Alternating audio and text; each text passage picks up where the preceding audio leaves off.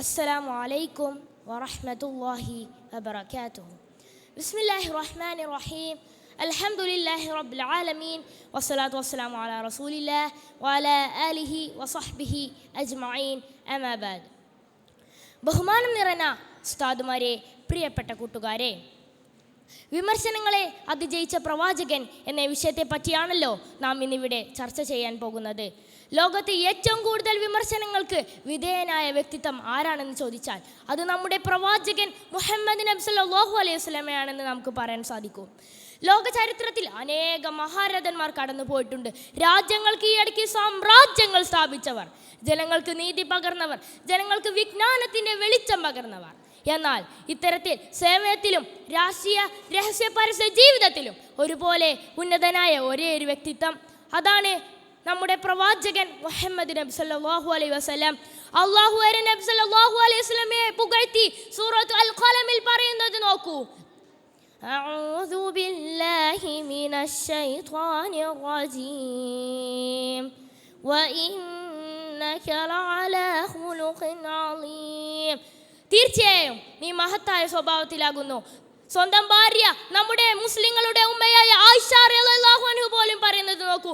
കാന ഖുലുഖുൽ ഖുർആൻ. നബി സല്ലല്ലാഹു അലൈഹി വസല്ലമയുടെ സ്വഭാവം അത് ഖുർആനായിരുന്നു. ഇത്ര വിശുദ്ധിയുള്ള പ്രവാചകനെയാണല്ലോ അവർ വിമർശിച്ചത്. തൻ്റെ സ്വഭാവത്തിൽ ഒരു കുറ്റം പോലും അവർക്ക് കണ്ടുപിടിക്കാൻ സാധിക്കാത്തതിനാൽ അവർ കുറേ കുറ്റങ്ങൾ മെനയേണ്ടി വന്നു. അജ്ഞതയിലും അധർമ്മത്തിലും അന്ധകാരത്തിലും മുങ്ങിയിരുന്ന ഒരു സമൂഹത്തെ ഖൈറു ഉമ്മ, ഉത്തമ ജനതയെ മാറ്റി. അതുകൊണ്ടൊക്കെ തന്നെ സൂറത്ത് ആൽ ഇംറാനിൽ അല്ലാഹു പറയുന്നു, കുൻതും ഖൈറു ഉമ്മത്തിൻ ഉഖ്രിജത് ലിന്നാസ്. മനുഷ്യരിൽ ഉത്തമ ജനതയായിരിക്കുന്നു നിങ്ങൾ. നബി സല്ലല്ലാഹു അലൈഹി വസല്ലം തൻ്റെ ജീവിതത്തിലുടനീളം ക്ഷമയുടെയും കാരുണ്യത്തിൻ്റെയും ഒരു ഉത്തമ മാതൃകയായി മാറിയിട്ടുണ്ട്. ഈ പ്രവാചകനാണല്ലോ അവർ യുദ്ധക്കൊതിയൻ എന്ന് വിശേഷിപ്പിച്ചത്. അല്ലാഹു സൂറത്തുൽ അംബിയായിൽ പറയുന്നു, വമാ അർസൽനാക ഇല്ലാ റഹ്മതൻ ലിൽ ആലമീൻ. ലോകർക്ക് കാരുണ്യമായി കൊണ്ടല്ലാതെ നിന്നെ നാം സൃഷ്ടിച്ചിട്ടില്ല. വർഷങ്ങളോളം പീഡിപ്പിച്ച ശത്രുക്കളോട് പോലും നബി സല്ലല്ലാഹു അലൈഹി വസല്ലം ക്ഷമിച്ചു. മക്ക വിജയത്തോടെ മടങ്ങിയപ്പോൾ അവിടുത്തെ ശത്രുക്കളോട് നബി സല്ലല്ലാഹു അലൈഹി വസല്ലം ചോദിച്ചു, മാ തളനൂന അനിൽ ഫാഇല ബികും.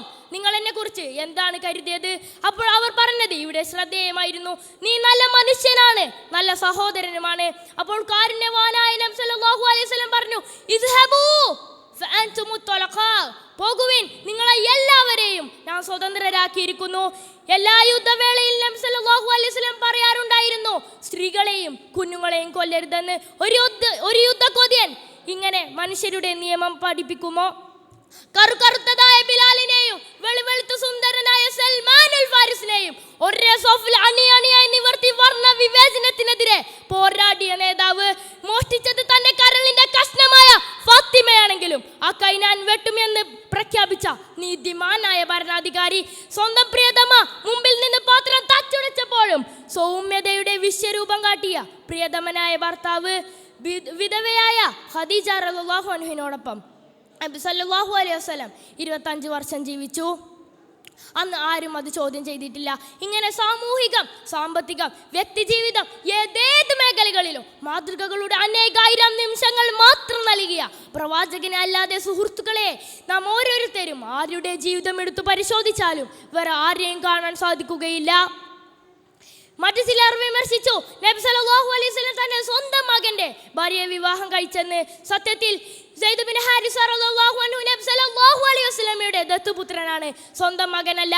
അന്നത്തെ അറബികളുടെ ചില സമ്പ്രദായം അവസാനിപ്പിക്കാൻ വേണ്ടിയാണ് അള്ളാഹു ഇപ്രകാരം കൽപ്പിച്ചത്. ഓരോ വിമർശനക്ക് വിധേയനാകുമ്പോഴും നബി സല്ലല്ലാഹു അലൈഹി വസല്ലം കൂടുതൽ ദീനിൽ ഉറച്ചു നിൽക്കുകയും യശസ് വർദ്ധിക്കുകയും അല്ലാതെ ഒരണ്ണുമണി തൂക്കം പോലും നബി സല്ലല്ലാഹു അലൈഹി വസല്ലമയെ പിന്നോട്ടടിപ്പിച്ചിട്ടില്ല. അതിനാൽ അവിടുത്തെ പാഠം ഉൾക്കൊള്ളുക, അവിടുത്തെ മാതൃകയുടെ നടപ്പാക്കുക എന്ന് മാത്രം ഉപദേശിച്ചുകൊണ്ട് ഞാൻ എൻ്റെ വാക്കുകൾ ഉപസംഹരിക്കുന്നു.